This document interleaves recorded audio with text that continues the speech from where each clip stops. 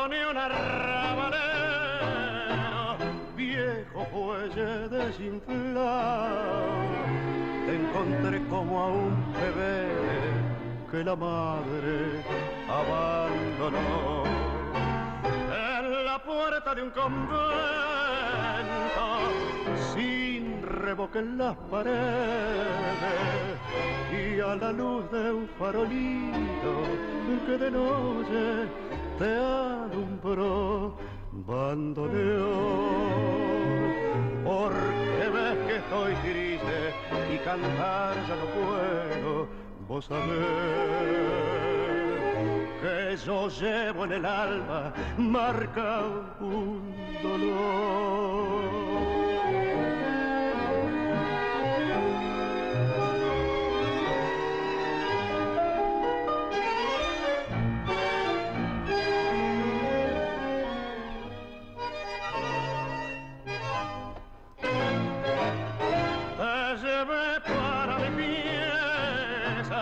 Te acuné en mi pecho frío, yo también abandonado me encontraba en el bulín. Has querido consolarme con tu voz enronquecida y en tus notas doloridas aumentó mi berretín. Estabas arrugado y me miraba tu viejo corazón desafinado, bandoneón que encontré una madrugada sobre una calle gris, desesperado. Bandoneón, porque ves que estoy triste y cantar ya no puedo. Vos sabés que yo llevo en el alma marca un dolor.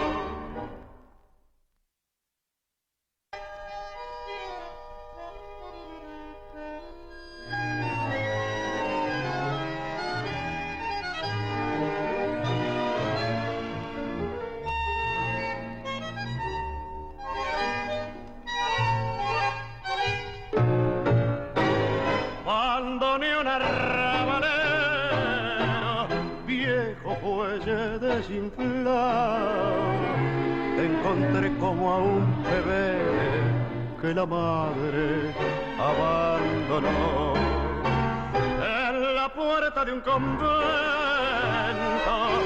sin revoque en las paredes y a la luz de un farolillo que de noche te alumbró. Bandoneón, porque ves que estoy triste y cantar ya no puedo. Vos sabés. Muy bien, bienvenidos y bienvenidas a Ecocrímenes, al tercer episodio de esta hermosa programación. Voy a saludar a la 107.7 Radio RMX y voy a saludar a la dirección, a Celso Pérez, a Rosita González, a las productoras Lali y Violeta y a mi compañera Erika Alaguibe. Bienvenida. Bien. Hola, Joana, buenas noches. Hola, Jesús. Saludamos a Jesús Gabriel Molina, que está en los controles como todas las noches cuando venimos a trabajar esta hermosa radio, y vamos a saludar otra vez a Celso Pérez, a Rosita González, que nos hace un ratito lo vimos al director de la radio. Vamos a ver cuando volvemos a ver a las productoras de esta hermosa radio, y hoy tenemos un programita quizás un poquito más corto de lo normal. Recordemos que este 16 de junio estamos con la previa del partido, en breve, en un ratito más, de Argentina versus Argelia, si no me equivoco, y estamos todos muy ansiosos después de la vuelta del Mundial, ¿no? Y vamos a tratar de terminar un poquito antes de lo normal, por una cuestión de horarios, de poder llegar cada uno a su casa, de también de prepararnos para la previa de lo que esto implica. Gente hermosa, vamos a arrancar con la programación del día de hoy. Eri, ¿tenés algo preparado para compartirnos? Algo yo sé, no me quiero spoilear del todo, por eso lo cerré, pero a ver, ¿cómo arranca el tercer episodio de Ecos? Bueno, el tercer episodio de Ecos va a arrancar por el crimen en sí, el hecho, y después vamos a a hablar un poco de quién fue el que cometió el crimen y contra quién. Bien. El crimen pasó un 14 de noviembre de 1909, Avenida Callao y Quintana, en Buenos Aires. Un carruaje pasa lentamente y 10 segundos después vuela por el aire.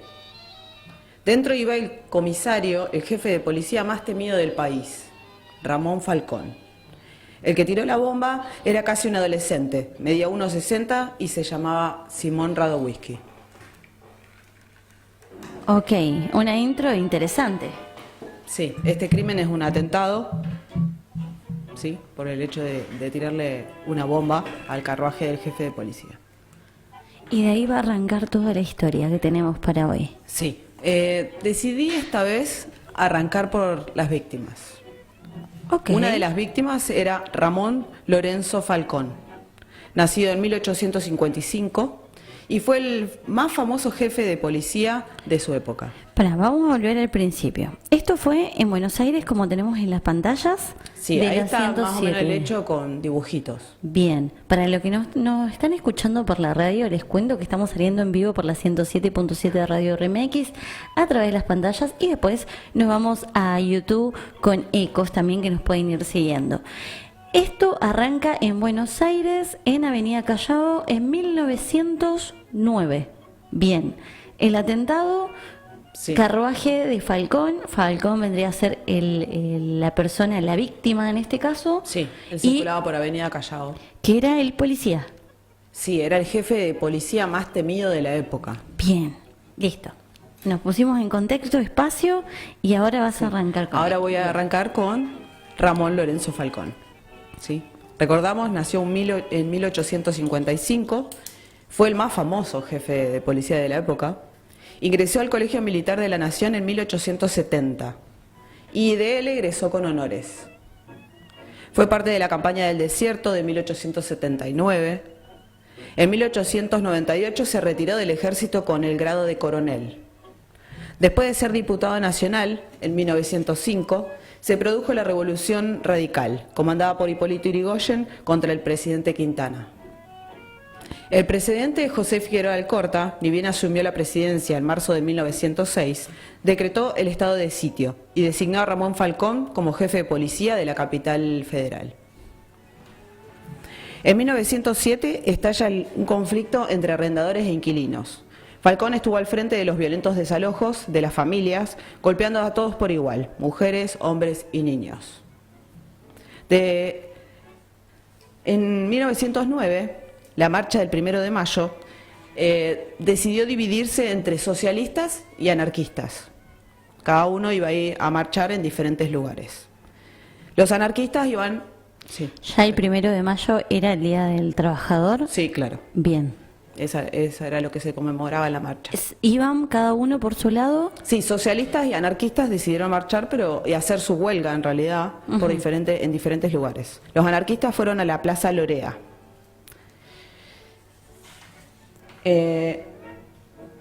Plaza Lorea, sí, anarquista. Plaza Lorea, que es justo donde él sufre el atentado también, para que lo tengamos en cuenta. ¿Y después los socialistas? Bien, los socialistas se fueron a otra plaza. En este momento no tengo esa información, seguí más la historia de los anarquistas. Bien. Falcón tenía la decisión en sí. Él podía ir tras los socialistas o los anarquistas. Él, al parecer, tenía algo personal en sí y decidió ir por los anarquistas, a la plaza donde estaban los anarquistas, protestando y haciendo su huelga. La mayoría de los que estaban ahí en la plaza eran obreros. La policía había formado un cordón en toda la plaza y Falcón mandó a pedir todos los efectivos que se podían poner en ese momento en la plaza, más concentrados justamente en esta Plaza Lorea. El resultado, la policía no sabía qué era lo que tenía que hacer y Falcón ordenó que les golpearan a todos por igual. De esa huelga y de esa represión hubo 11 muertos y 80 heridos.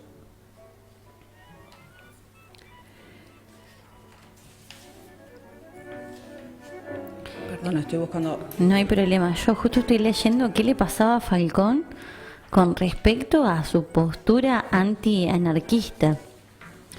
Y dice que se debía porque él creía que la gente que pertenecía al anarquismo desafiaba el orden establecido, la propiedad privada y también el sistema capitalista, mediante huelgas y acción directa. Y según él amenazaba todo lo que era parte de lo establecido por la élite de la época. Wow. Entonces fue como una postura re anti-anarquismo y dijo, bueno, ¿sabes qué? Voy a ir por ellos. Más allá que a los socialistas también los tenía mal mirados, ¿no? Wow. Sí, estaban todos mal mirados en realidad porque eran los que organizaban las huelgas obreras en esa época. Estamos hablando de una época muy derecha, ¿no? Sí, muy cambiante. Muy cambiante. Con ideas muy revolucionarias. Claro, pero en contextos es como lo que compartimos la semana pasada. Era una época donde venía mucha gente del otro lado del mundo con estas ideas. ¿Cómo se les ocurre traer a Argentina, el pueblo obrero, los sindicatos y los derechos laborales? ¿Eso pasaba? Eso lo voy a desarrollar incluso más con Simón. ¡Wow! ¿Cuál era su postura? Ya me encantó. Y muy de la época. Igual hablemos 1909. Bien. Este hecho de la masacre que se llevó en la Plaza Lorea desencadenó que entre 30.000 y 60.000, eso no está especificado, depende del diario que agarres de la época, entre 30.000 y 60.000 personas se movilicen hacia la morgue judicial para, bueno, reclamar los cuerpos, ¿no? Y para poder llevarlos a su entierro debido en el cementerio de la Chacarita. Ese día Falcón fue citado por el presidente Alcorta para ser condecorado por la Bolsa de Comercio de Buenos Aires. Pero antes de esto, enterado de la intención de los manifestantes de recuperar los cuerpos, en un acto de irracionalidad, ordenó que le arrebataran los féretros a las familias y que impidieran la procesión. Obviamente las organizaciones sindicales y políticas de la época exigieron al presidente que echara a Falcón por ser el responsable de la Semana Sangrienta, que fue justamente esta que se dio entre el 1 de mayo hasta los 7 días. Hubo muchas huelgas obreras en las que se reprimía con toda la fuerza que podía ponerlos de la ley. Y bueno, Figueroa Alcorta lo confirmó en el cargo. Ah, ¿no lo retiró? No. Dijo, ¿sabes qué? Lo bancó ahí en el cargo a Ramón Falcón. Le parecía apropiado para... Y a todo esto, ¿cuántas personas habían sido lastimadas con respecto al atentado? En el atentado tenés 11 muertes y 80 heridos. 80 heridos, 11 muertes. Sí. Salieron a pedir su renuncia, se lo pidieron al presidente. Sí, se organizaron los sindicalistas y las organizaciones políticas de la época. Wow. Porque lo consideraron directamente obvio, responsable de lo que pasó ese día en la plaza. Él dio la orden. La policía estaba solamente rodeándolos y no les permitía seguir con su marcha en la huelga, pero el que dio la orden de que los repriman y que acaben con todos los anarquistas que podían en ese momento fue Falcón. Bueno.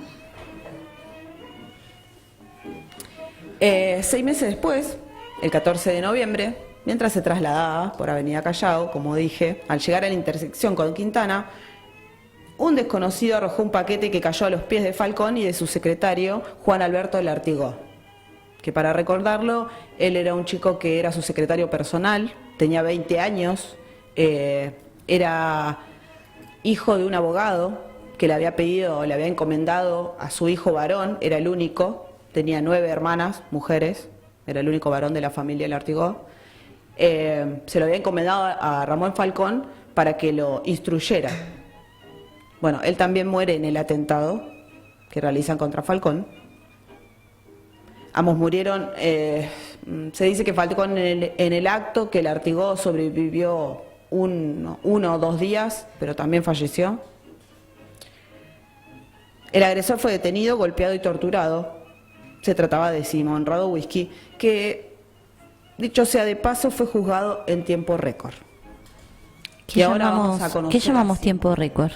Y en ese momento, a ver, a él se lo detiene a 3 cuadras del atentado.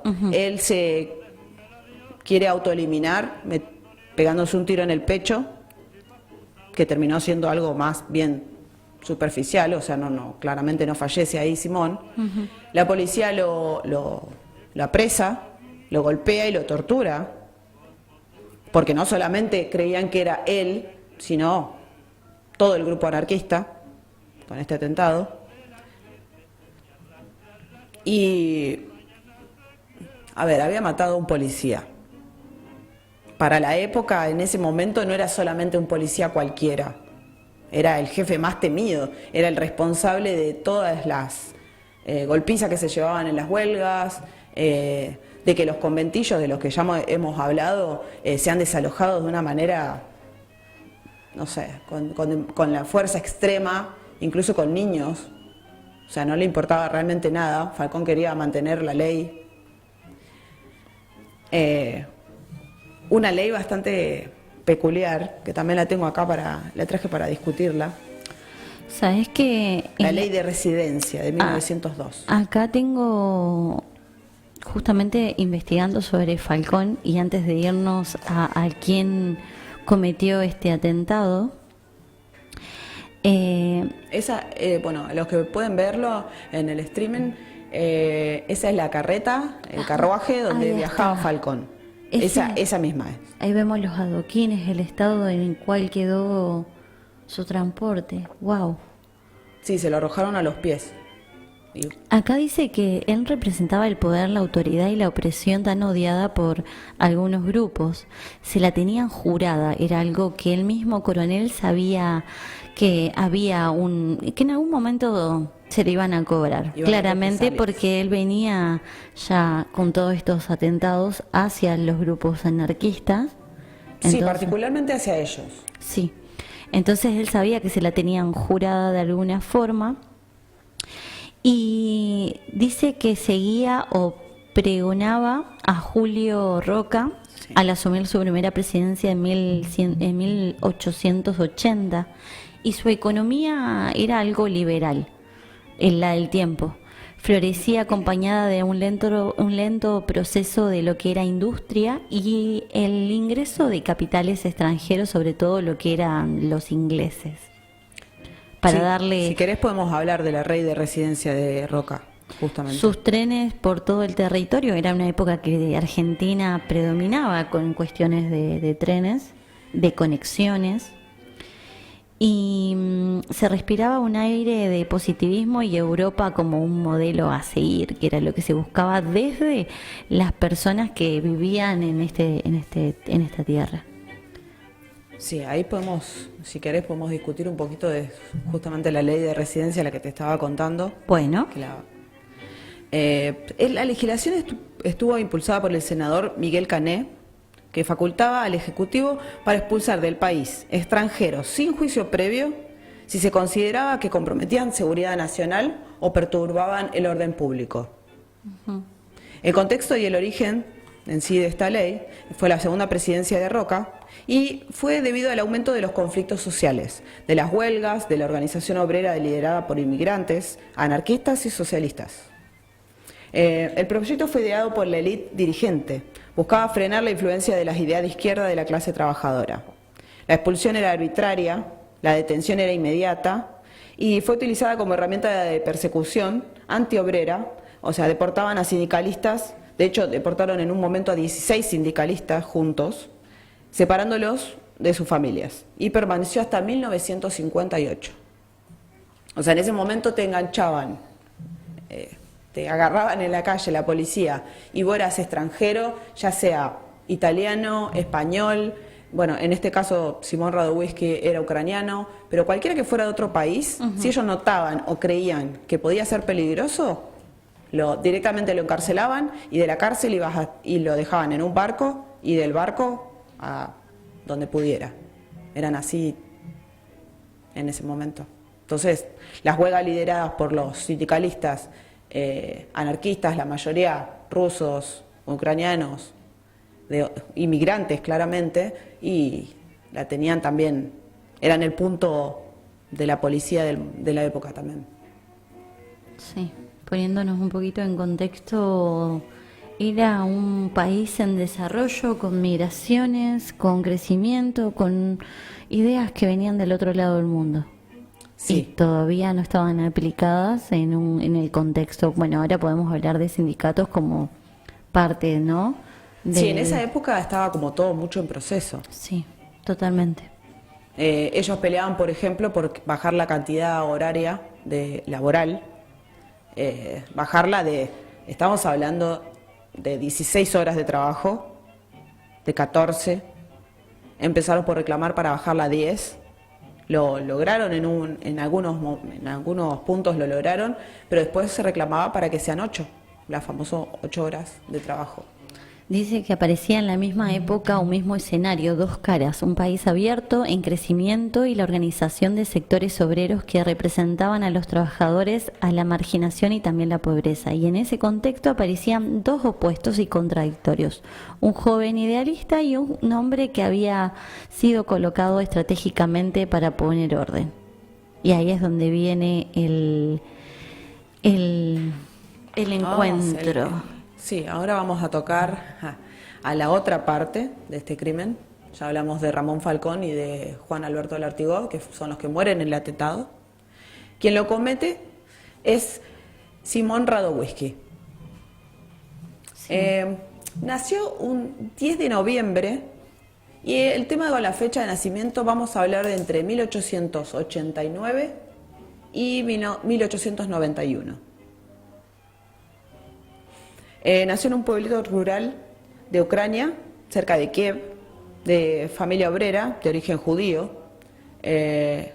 Simeón era como se pronunciaba, lo pronunciaban ellos, para nosotros es Simón.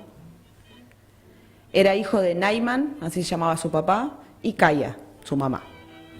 En un momento, cuando ellos eran más niños, su familia se traslada a la ciudad industrial de Yekaterinolav, en el centro de Ucrania. Allí accede a la escuela, junto a sus hermanos. A los 10 años se ve obligado a dejar la escuela y a trabajar de aprendiz de herrero. Trabajaba desde las 6 a.m., desde las 6 de la mañana, hasta las 8 de la noche. Dormía bajo la mesa de trabajo del herrero, ese era su lugar, su espacio. Y ahí, de niño, empezó a escuchar esas ideas obreristas y antizaristas, sobre todo de la hija del herrero, y que le contaba estas cosas políticas, en sí sus ideas, a sus compañeros de escuela. Simón, al dormir abajo de esa mesa, podía acceder a esas conversaciones y crear también sus propias ideas. Comenzó a involucrarse en las huelgas por la reducción de horas en ese momento para bajarlas. También se luchaba lo mismo en esa época en Ucrania. Se metía en todas las huelgas que él podía, como niño, participaba. En una de las huelgas, en la plaza principal de la ciudad, fue rodeado por un grupo cosaco y herido. Para esa época, Simón ya tenía 14 años. De hecho, fue gravemente herido en el pecho por un sable. Sobrevivió, logra escapar, pero debe estar en cama unos 6 meses para recuperarse de esa herida. Después de eso se recuperó y fue apresado repartiendo volantes. Como era menor, los volvieron a soltar.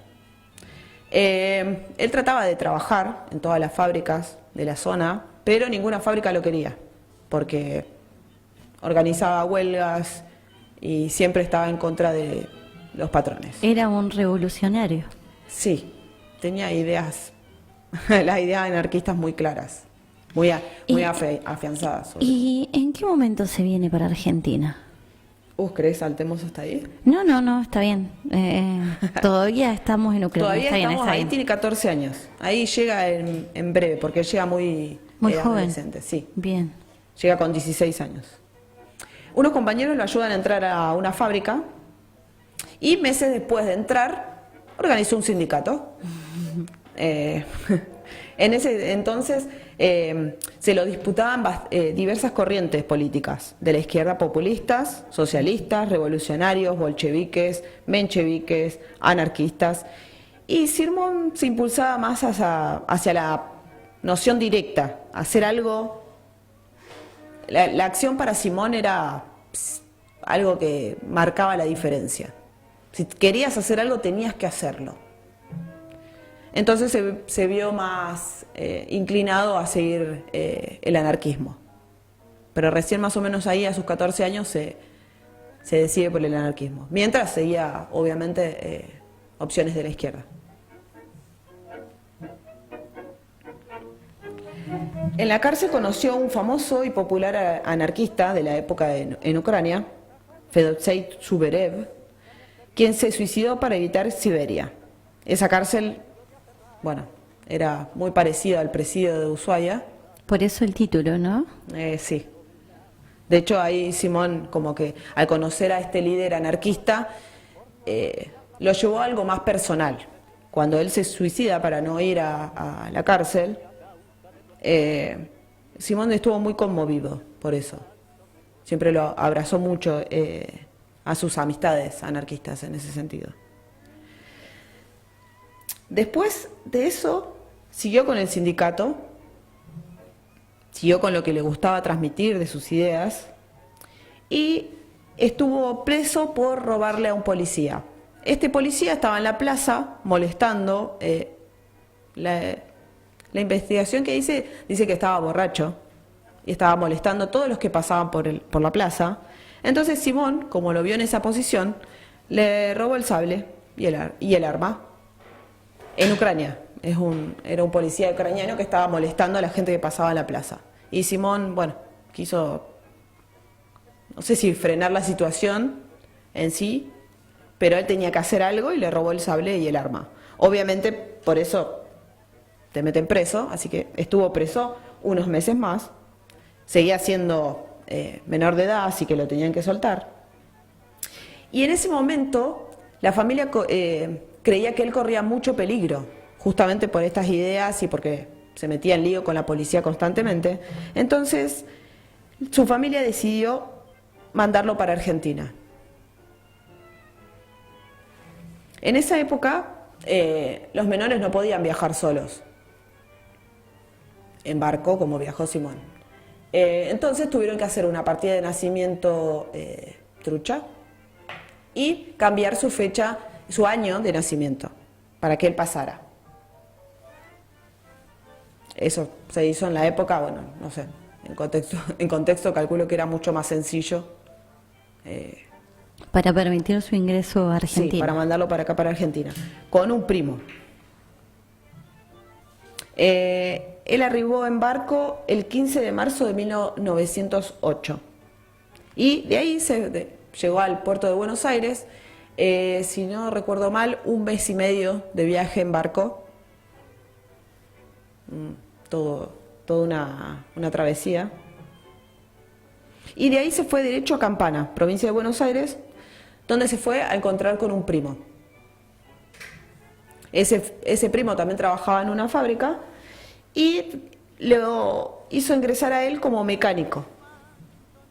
Simón tenía bastante experiencia en eso.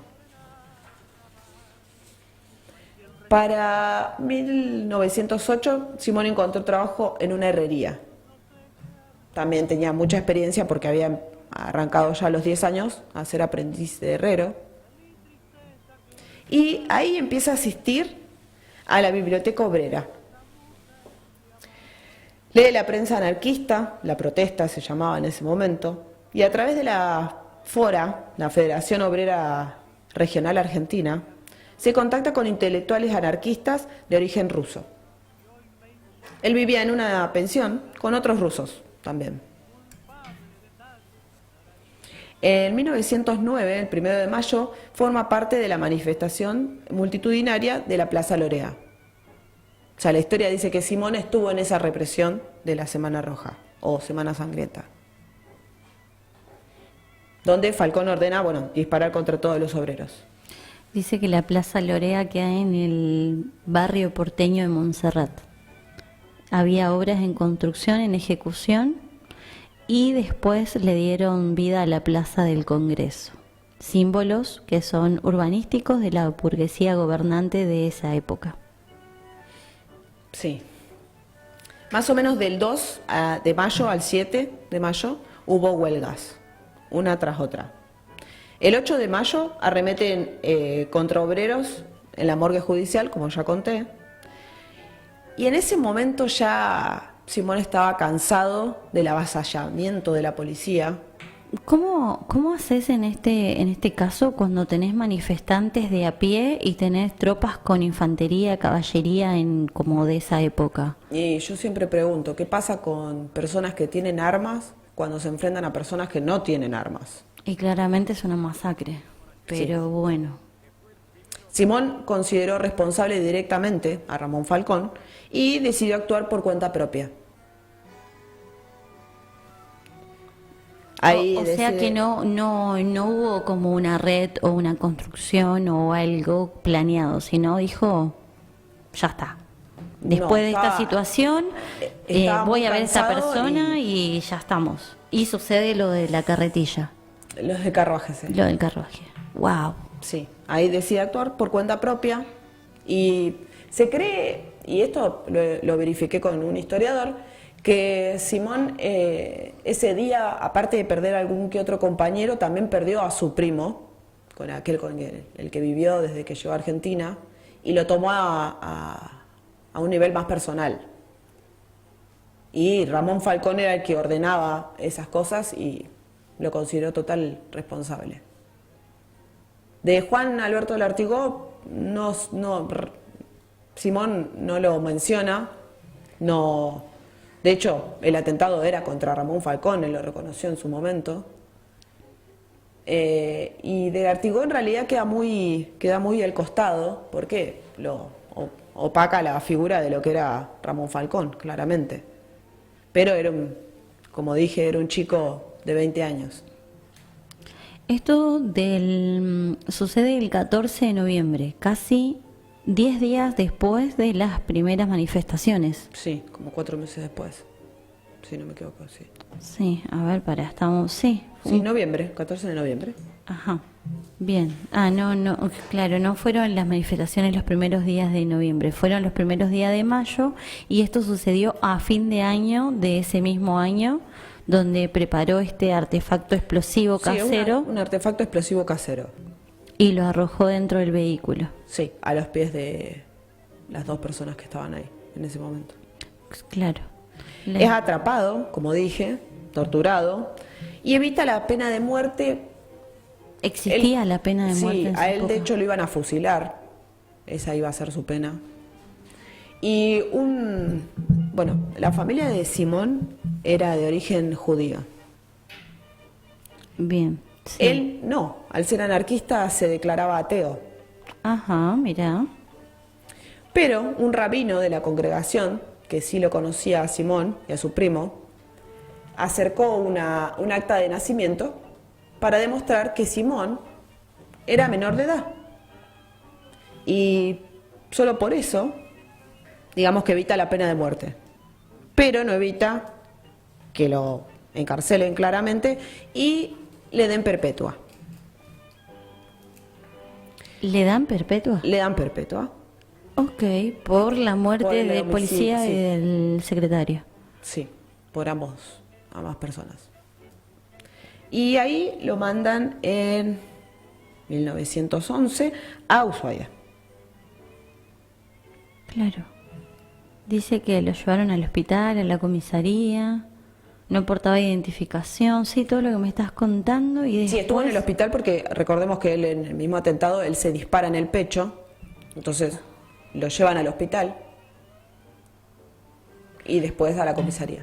En el juicio, imposibilidad de determinar la identidad, dice que lo llevó a esperar que la embajada de Argentina en París solicitara los antecedentes que tenían que buscar Claro. Y era una cuestión de mucho tiempo, porque recordemos que no teníamos la tecnología que hoy tenemos para tener las noticias y la información muy al instante. No, como te dije, aparte las partidas de nacimiento era mucho más fácil, supongo, en la época para falsificar los papeles. Y dice que su edad que resultaba incierta, el fiscal ordenó las pericias médicas para determinar y le daban supuestamente entre 20 y 25 años. Sí, ellos querían, obviamente, que tuviera la mayoría de edad para poder ejecutarlo.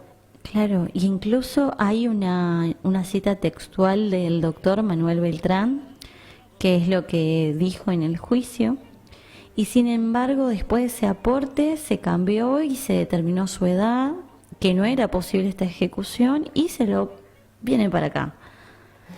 Como castigo adicional, la reclusión solitaria a pan y agua durante 20 días cada año en el aniversario del atentado. Eso estaba cuando a él le dan la perpetua, en la misma sentencia está ese castigo. Sí, sí, lo O estoy sea, no es leyendo. algo que le hacían los guardacárceles de acá porque ellos querían. No, No. en su sentencia estaba que cada aniversario de la muerte de Ramón Falcón, a él se lo encerraran en un lugar solitario, en las celdas de castigo, que eran las más chiquitas en el presidio, a pan y agua, y a media ración. O sea, media ración incluso de pan y agua. 21 días. Sí, increíble. Y como sentencia me parece, no sé, no le encuentro la relación entre lo que hizo con esa parte. Pero convengamos que era policía y no... Y es difícil, sobre todo en un sistema penitenciario, con polis todavía alrededor. Sí, que a ver, Y Simón les en un- ponía a interpelarse en cuán peligroso era, porque él era peligroso para el gobierno, para el Estado. Por eso se lo Sí, mandaba era un acá. revolucionario, claramente. En 6 de enero de 1911, Sí. tanto él como un tal Francisco, si no me equivoco, compartían el lugar de reclusión con Radowisky. Lograron...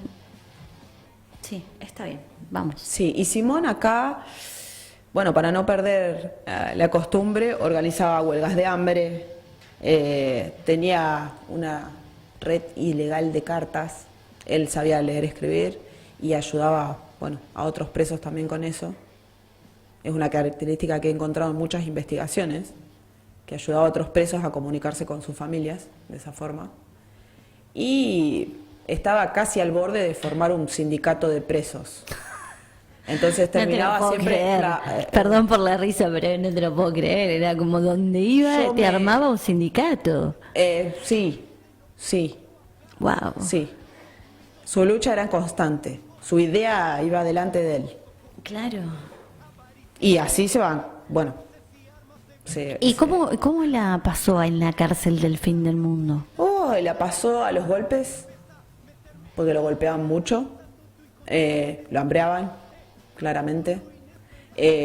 A él no lo dejaban salir porque él salía y se iba, así que él trabajaba mucho dentro del presidio. Y como había sido herrero y carpintero, trabajaba en esas áreas, incluso llegó a trabajar con el que tocamos en el caso anterior, con Mateo Banks. De hecho, estaba en la misma línea de celdas que Mateo Banks y que el petiso orejudo. Recordemos Cayetano que ya Godino. hemos hablado... Ya hablamos de los tres. Los tres fueron compañeros Hablamos de pasillo. de Godino y hablamos de Banks la semana pasada. Los tres, espero que... en algún Compartieron momento- un mismo tiempo y espacio en la cárcel del fin del mundo. Sí, y al parecer eran tomados sus crímenes eran tomados por igual. Ah, mira vos. Daba lo mismo un anarquista que Cayetano Godino o Mateo Banks. Wow.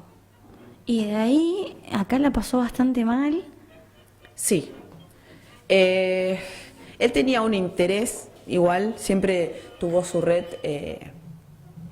de su grupo anarquista de acá de Argentina. Cuando él cae preso acá en la cárcel de Fin del Mundo, también se organizan los anarquistas de Chile por él.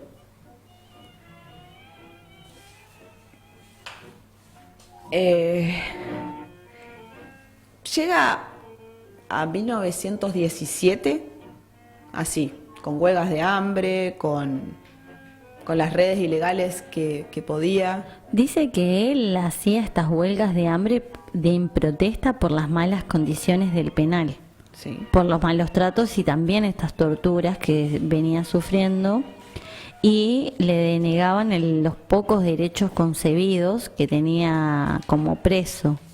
La única lectura, igual que Banks, era la Biblia, no más. Sí, la prensa en ese caso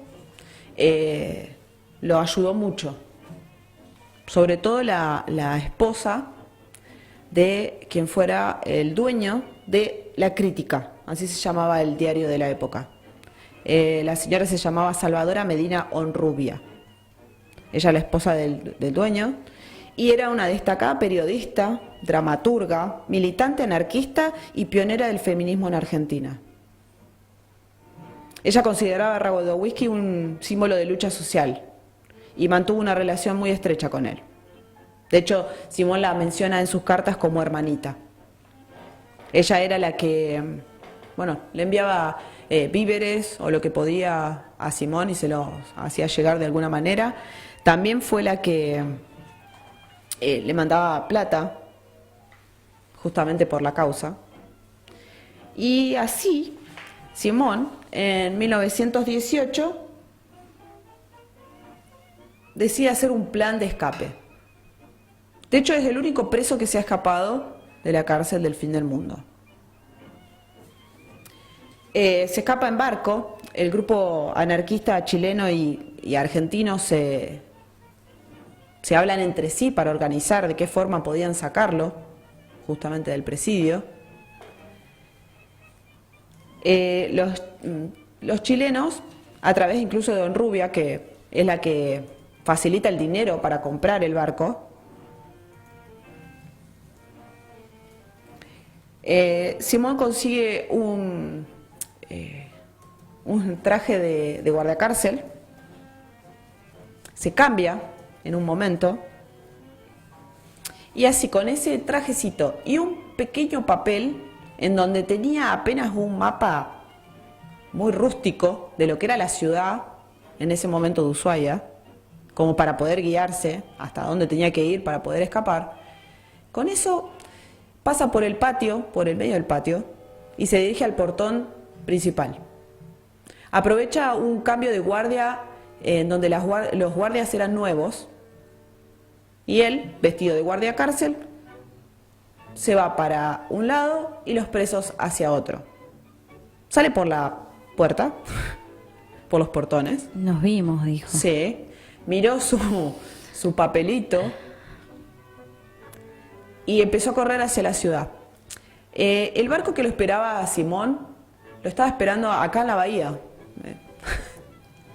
Acá en la bahía que conocemos todos, donde vamos a ver con lo lindo que está el agua, algunos patos, la luna a veces. Bueno, en esa misma bahía, ahí a Simón lo estaban esperando. De ahí se va hacia Punta Arenas. Obviamente cuando Simón se va, pasan un par de horas antes que se dieran cuenta de todo esto y lo empiezan a seguir esas horas después, buscándolo claramente por bosques, por donde se podía en esa época. Simón, antes de llegar a la costa, como sabía que lo estaban persiguiendo de la policía chilena en ese momento, se tira al agua y los últimos metros los termina haciendo nadando hasta la costa.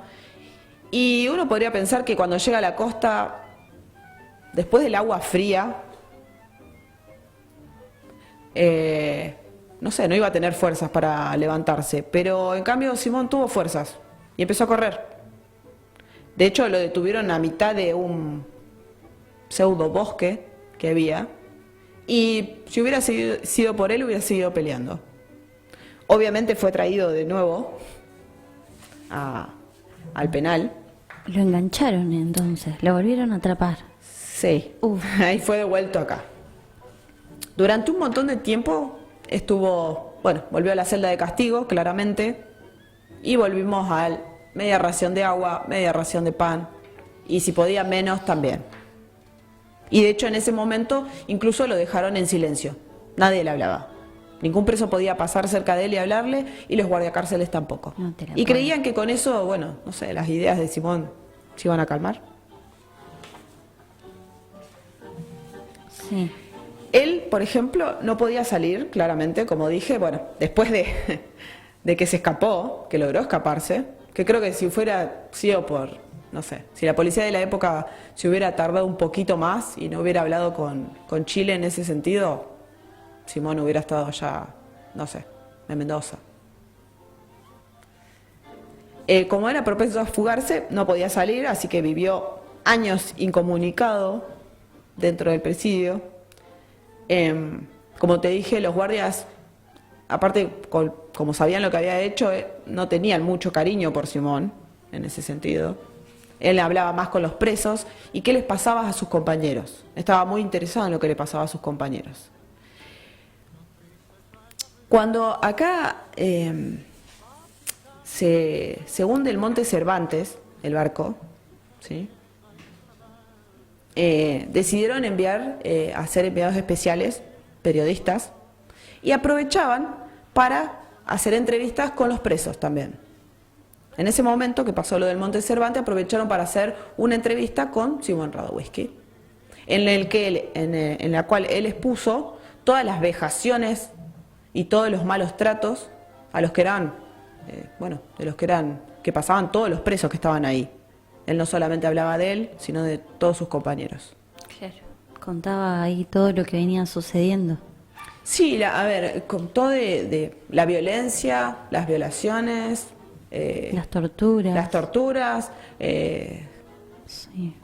Recordemos que las torturas de las preferidas de acá de los guardias del presidio era tirarle un balde de agua fría en las temperaturas que manejamos en Ushuaia. Y en esos momentos, si te vas hoy en día, y ustedes que están escuchando del otro lado, y sobre todo si sos de Ushuaia, martes, jueves y sábado, con tu documento residente podés ingresar al museo. Si sos de Argentina o cualquier parte del mundo, también tiene ahí sus costes. Y hay una parte que es la celda, el pabellón, si no me equivoco, ahora no me acuerdo el número, está igual a cuando era esa época. Y si pasás con tu campera de abrigo por ese lugar, y te imaginas solamente esas, ¿cómo se llama? Salamandras.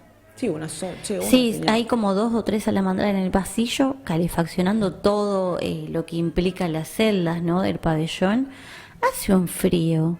Imagínate si hace frío ahora, que tenemos sensación térmica 5 grados bajo cero. En esa época que nevaba... 15, llegaba bajo cero, 20. Que nevaba, que madre mía, el triple, el doble, No, es sí, recordamos muchísimo. Que las celdas estaban peladas. Y vos como ser humano estabas pagando tu condena claramente. Pero además de eso, te mojaban, te encerraban ahí. Wow, era como, tenés que replantearte cuando estás ahí en ese espacio y recordar todas esas cosas en cuestiones de celda, y es un montón. Con razón es un lugar que por ahí es muy intenso a la hora de pasar, tiene como, no sé, a mí me da como cosita pasar por ahí, es muy fuerte. Es un lugar muy particular, con una energía muy particular. Nosotras que investigamos sobre esto tenemos más información de quiénes estuvieron dentro de esas celdas, quiénes fueron antes de estar en el presidio. Algunos, Cayetano murió directamente ahí, pero en el caso de, por ejemplo, de Mateo Banks, salió, y ahora vamos a seguir contando la historia de Simón. Bien, vale. Él pedía mucho respeto por sus derechos, por los de sus compañeros, como dije, y gracias a eso que se fue publicando, las personas se enteraban de lo que pasaba dentro del presidio, incluso viviendo acá en Ushuaia. Así logró que muchos vecinos del pueblo, conmovidos por su deterioro físico, que llegó a tener tuberculosis acá, Simón, le filtraban ropa de abrigo, comida extra o diarios viejos para que él pudiera leer. Se ganó un pedacito de la comunidad, a diferencia de quizás otros presos. Bien. Los vecinos de acá de Ushuaia, los primeros vecinos. Sí. Simón sacaba las cartas que podía hacer en los envoltorios de cigarrillo. Se encargaban que viajaran hasta Buenos Aires en barco, desde el puerto de Ushuaia, haciendo que toda América hablara del mártir de Ushuaia. De esa forma él comunicaba cómo la estaba pasando acá en el fin del mundo. Y en ningún momento pudieron evitarlo. Él siguió filtrando esas cartas y de alguna manera llegaban hasta Buenos Aires, donde se publicaba todo. Y recordemos que había había diarios sensacionalistas, oficialistas también, pero también los anarquistas tenían su propia prensa. Sí, dice que reavivaba la visibilidad pública de las causas, sobre todo acá cuando lo venían a entrevistar, aprovechaba. Le daba con de todo. Y en las décadas se hacían pancartas y pintadas exigiendo su liberación. Claro, se lo escuchaba. Claro, pasando los años, como que alguien se acordó de él. Sí, él sigue teniendo sus compañeros anarquistas, digamos, nunca lo olvidaron y de hecho los llevaban como símbolo. Y tenía ayuda, como hace un ratito te dije, de la esposa del dueño del diario La Crítica, que ayudaba a Simón a publicar justamente sus cartas.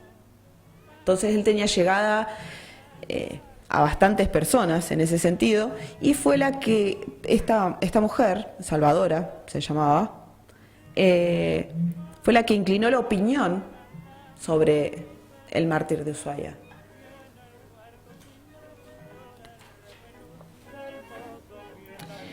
En ese momento, en 1930, por la presión justamente ejercida por esta mujer y por el grupo anarquista, Irigoyen lo indulta. El indulto es, a grandes rasgos, una especie de perdón presidencial. ¿Llegó el mensaje de los reclamos al presidente? Sí. ¿O todavía no era presidente Irigoyen? Sí. A Irigoyen, de hecho, lo tenían recansado, vamos a decir, con pedir la liberación de Simón Radowisky. Claro, 14 años antes le habían hablado durante la primera vez que le hablaron, y cumplió con demora su palabra y le concedió este indulto. Sí, siguió esta mujer, Salvadora Honrubia, siguió insistiendo por todos los medios que pudo. Y ahí, se lo indulta, pero lo echan de Argentina. Ah, te libero pero te vas. Sí, ya. Ah, sí. Pero no te quiero acá. Era una cuestión de... Si no te iba a dar más, ¿sabes cuántos sindicatos más el Simón? De hecho, hay una foto que la podemos ver en pantalla a veces, que es la que está de traje. Esa es su salida. Uh-huh. Ahí él está saliendo. Ahí él es liberado en 1930. Con el sombrerito, como lo presentamos hoy. Sí. Bien. Así que lo echan y lo mandan para Uruguay.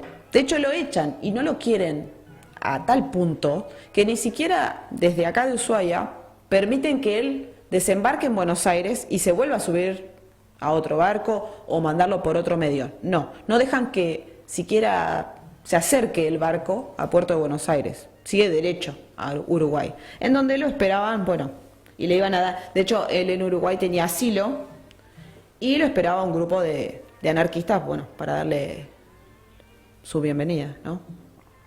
Claro. Para ellos era un héroe obrero, pero era peligroso para cualquier gobierno.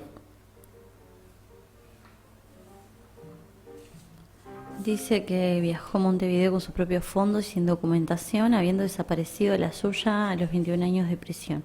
La ayuda de las agrupaciones anarquistas uruguayas le permitieron finalmente sortear las trabas burocráticas y desembarcar.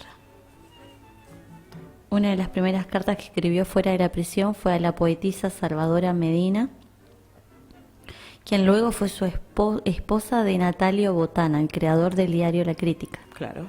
Y que desde el asesinato de Falcón intentó liberarlo, primero acudiendo a Irigoyen y luego al no obtener ayuda, ayudó a la fuga y después le tuvieron que dar el indulto. Sí, de hecho dicen que es la que puso, bueno, la plata que se necesitó para comprar el barco. Ajá. Ella se involucró mucho con él. Y por eso él la menciona. Hay una de las fotos también que podemos ver en pantalla, que está él como pescando en 1935, si no me acuerdo mal, y del otro lado está su propia letra. Ahí está, gracias Jesús. ¿Esa es su letra? Eso es una foto y del otro lado está convertida como una postal, que él se la manda a Salvadora y dice: recuerdo afectuoso a mi hermana Salvadora, desde mi destierro en la isla de Flores. Con el cariño de siempre, tu hermano Simón. Isla de Flores, octubre de 1935. Me parece, no sé. Tremendo, Sí. mirá lo que es ese recuerdo, ¿sabés lo que debe valer esa postal hoy en día para el... ¡Wow! Yo tengo la de mis bisabuelos y sí, son muy hermosas, aparte, muy... algo para el museo, para cuidar. Esas firmas, sí, y esas cartas, esas fotos en blanco y negro también. Bueno, en este caso no era en blanco y negro, era en media sepia. ¿Qué? ¿Y en Uruguay qué pasó? Como para ir redondeando, así no... En Uruguay vivió hasta que estalló la guerra civil en España y bueno, Simón no dudó. Dice que en Uruguay estuvo de mecánico también. Sí, su oficio era mecánico, herrero, carpintero, se movía más o menos dentro de eso. Y quería retomar la Unión Soviética. Duró hasta el 34. El gobierno de Terra emprendió a expulsarlo, aplicando la ley de extranjeros indeseables. Ah, mira, esa es la que vos decías, que no lo querían porque era peligroso. Es que era peligroso para el gobierno. Era un héroe obrero, pero era muy peligroso para el gobierno, para cualquier gobierno. Las indicaciones de sus compañeros de movimiento que le solicitaron que no acate la medida de no sentar un precedente prejudicial. Bien, y de ahí su defensor del movimiento logró en 1936 que le bajaran la pena, pues lo del arresto domiciliario, y 6 meses más lo liberaron y se fue a España. Sí, ahí estalló la guerra civil en España, Sí. para hablar de contexto, de por qué Ajá. Simón se va. Y bueno, él no dudó y viajó a Europa para unirse a las brigadas anarquistas de la Confederación Nacional del Trabajo. Ajá, míralo. Con más de 45 años y el cuerpo, bueno, vamos a Ya ponerle... pasaba factura. Sí, resentido por el frío de Ushuaia, trabajó más bien en las oficinas de propaganda del movimiento. Tras la derrota de la República a manos de Francisco Franco, cruzó los Pirineos a pie y fue recluido en un campo de concentración francés. Sí. Él siempre estaba entre la cárcel y las huelgas. Y Gracias a redes solidarias, recién en 1940, a redes solidarias internacionales, logró viajar a México, porque en ese momento el país recibía a refugiados de la guerra de española, justamente. Así, por medio de presión, también, de la misma forma, con los grupos anarquistas, personas particulares que creían en sus ideas, en él, lograron que fuera esta vez a parar a México. Y así, ahí se llamó Simón Guerra. Ese fue el nombre que él eligió en México. Cambió el Simón Radowisky por el Simón Guerra. Pasó esos años trabajando en una fábrica de juguetes y editando una revista de izquierda. Falleció el 4 de marzo de 1956 en la Ciudad de México, con 64 años. ya más tirando para esta época. Sí. Menos de hace 100 años. ¡Wow! Y recordemos que él cuando cometió el ¿De crimen qué era murió? muy joven. ¿De qué murió? Algunos dicen que era de un ataque cardíaco. Bien. Pero ya venía con problemas de salud. ¿Y Claramente está- después, bueno, de paso... Sus restos descansan en México también, en la Ciudad de México, en Panteón Español. Dice Sí. que ahí están sus restos, Sí. actualmente. Y si bien falleció en la pobreza absoluta, quedó con sus ideas intactas. Dice que su epitafio reza: aquí reposa un hombre que luchó toda su vida por la libertad y la justicia social. Qué interesante. No lo conocía y la verdad que me espoliaste un poco, pero no quería yo tener toda la información porque me encanta ir enterándome, ir preguntando y siendo curiosa en vivo. Y la verdad que, la verdad que no sé. No sé por dónde arrancar con el mensaje para finalizar todo esto, pero ¿tenés algo más para compartir? A ver, información tengo muchísima. Sí, eso sí lo sé. Han pasado más de 100 años y la gente, bueno, estos casos siempre traen ecos, justamente. Y me pregunto, ¿por qué hoy tenemos más recuerdos quizás de lo que es el petiso orejudo o quizás uno que otro personaje que estuvo preso acá en el fin del mundo y esta persona no, la quisieron borrar del mapa o no? ¿O no se habla mucho de él? No, de hecho en la ciudad, si la recorres, ves más grafitis o pintadas de Cayetano Godino que de Simón. Pero Simón era el enemigo del Estado, del gobierno. Entonces, en esa época era peor Simón y los anarquistas que traían las ideas revolucionarias, pero aparte las plantaban en otras personas. Ellos estaban en una fábrica y le decían, no, mirá, está esta idea, el Estado no te puede controlar. Ellos no creían ni en la patria, ni en Dios, ni en el Estado. Ese es básicamente el lema anarquista. Ni patria, ni Dios, ni el Estado. No querían patrones. No querían que nadie... A ver, sus creencias van a que las personas entre nosotros podemos regularnos y no necesitamos un Estado que nos controle, ni nos organice, ni la policía. Claro, su estado en anarquismo se entiende que por dónde va, pero es como, wow. Entonces el gobierno obviamente que lo tenía como enemigo público número uno. Claro. A él y cualquiera que se atreviera a Quizás comunicar. hoy en día podemos ver otros frentes más de izquierda, más de socialismo, justicialismo y bueno, todos los partidos que hoy existen, pero el anarquismo es muy, o sea, sí se ve, pero no tanto como lo socialista, vamos a decir, actualmente. Por ahí las ideas anarquistas son extremas. Y quizás sí. eso es por ahí los que los marca mucho. Bien. Yo tengo acá una reflexión para dejar antes de cerrar, así que lo Tengo que quieras muchísima compartir. más información si querés preguntar algo. Si las personas del otro lado que nos estén escuchando quieren preguntar algo, puedo contestarles también. Y si no, me dejan la duda para otro momento. Sí, los que nos están escuchando a través de la 107, los que nos van a escuchar a través de YouTube, y si no, ustedes cuando lo escuchan saben que nos pueden dejar sus preguntitas. Los que estamos acá en Tierra del Fuego debemos recordar que los cimientos de la ciudad de Ushuaia, en particular, empezaron a ser de los presos anarquistas. De hecho, había muchísimos. Muchos presos políticos, ¿verdad? Sí, muchísimos presos políticos. Para la De época. diferentes políticas, de diferentes lineamientos. Porque más adelante también hubo otros presos políticos por ideas diferentes. Pero básicamente sí, los anarquistas levantaron Ushuaia. Lo he leído en muchas de las investigaciones. Bien. Tengo acá un mensajito que quiero compartirles, una reflexión que dice que la historia de Simón Radowisky no nos deja respuestas sencillas, básicamente escuchando cómo nos contás la historia, nos enfrenta a preguntas incómodas. ¿Hasta dónde puede llevarnos una convicción? ¿Qué ocurre cuando una persona cree que la justicia ya no puede encontrarse dentro de las leyes? ¿Quién escribe finalmente la historia? ¿Los vencedores, los vencidos o el paso del tiempo? Más de un siglo después, seguimos debatiendo quién fue realmente Simón Radowisky.